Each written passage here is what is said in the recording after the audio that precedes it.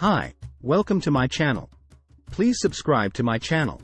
Hurricane season forecast monster in the making. Lee breaks record before it's even born. There are more things in heaven and earth than are dreamed of in climatology. In non-Shakespearean terms, this means that weather events that haven't been observed in our short span of reliable records can and will happen. For instance, in August, Tallahassee and many other Florida cities smashed the record for warmest month by nearly a full degree. We also closed out a cruel summer with the first ever major hurricane landfall between Panama City and Cedar Key, and the first hurricane force inland wind event in the Big Bend in at least 75 years.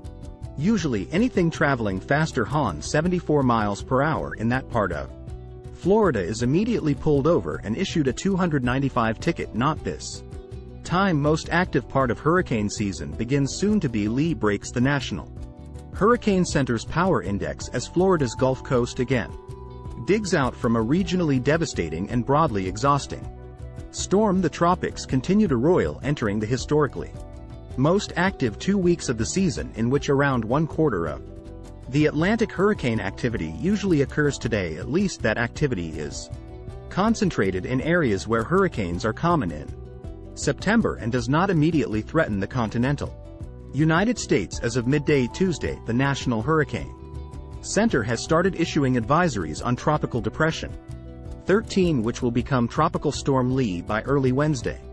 Future Lee is currently located about halfway between West Africa and the Lesser Antilles, in the heart of the tropical Atlantic's main development region, moving west-northwest at about 15 miles per hour. This general forward motion will continue into the weekend, and Lee should gain enough latitude to pass safely north of the U.S. Virgin Islands and Puerto Rico in around 5 days. However, the Northern Antilles should monitor Lee carefully, as the intensity expectations for this hurricane are wild. Lee will be moving across untouched tropical Atlantic waters that are 2 to 4 degrees warmer than average, with ideal mid-level moisture and upper-level wind conditions.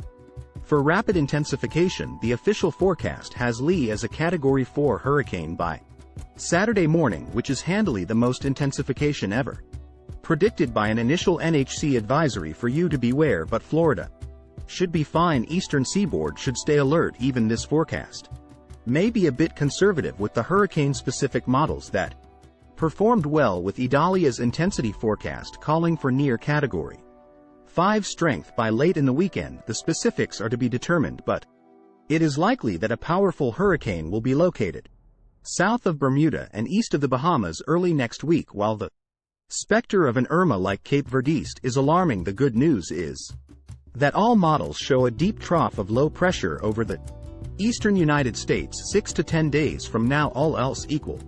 This protective dip in the jet stream should turn Lee more to the north around this time next week, unless something very weird happens. That northward movement should occur well east of Florida, and Lee does not look like a threat to the state. On the other hand, the indeterminate details of the squeeze play between that eastern U.S. trough and a resilient ridge of west-central Atlantic high pressure does not completely rule out an eventual threat to the mid-Atlantic or New England. The most likely outcome is that Lee remains offshore, but with Lee 10 or more days out, there is sufficient uncertainty in the forecast such that the eastern seaboard should keep close tabs on Lee, especially as it will be a strong hurricane. Tropical cyclone TC threats to the northern half of the U.S. East Coast are uncommon, but happen predominantly in September when they occur. I'm not saying there will be a TC north of D.C., but it can't yet be eliminated as a possibility. No storm threat to Florida in first half of September as cities rebuild from Idalia elsewhere. Befitting the peak of hurricane season, look for 1 or 2 more storms to develop through mid-September to the east of Lee. None of these will be any threat to land overall. There are no tropical threats to Florida over the next 10 days, and hopefully that will continue into the second half of September, so devastated Big Bend communities can start the long process of recovery. These towns, Steinhatchee, Cedar Key, Perry, Mayo, Madison, Live Oak, and many others, deserve long-term support and gratitude, as they have absorbed a devastating trolley problem punch in lieu of more densely populated parts of Florida. A tract just 30 miles farther west would have brought The western eyewall of Idalia into Tallahassee pushing the manageable 45-60 miles per hour gusts observed into the destructive 80,100 miles per hour range. Conversely, a track 50 miles east might have doubled the already formidable 4 or 5 feet of surge seen in Tampa Bay.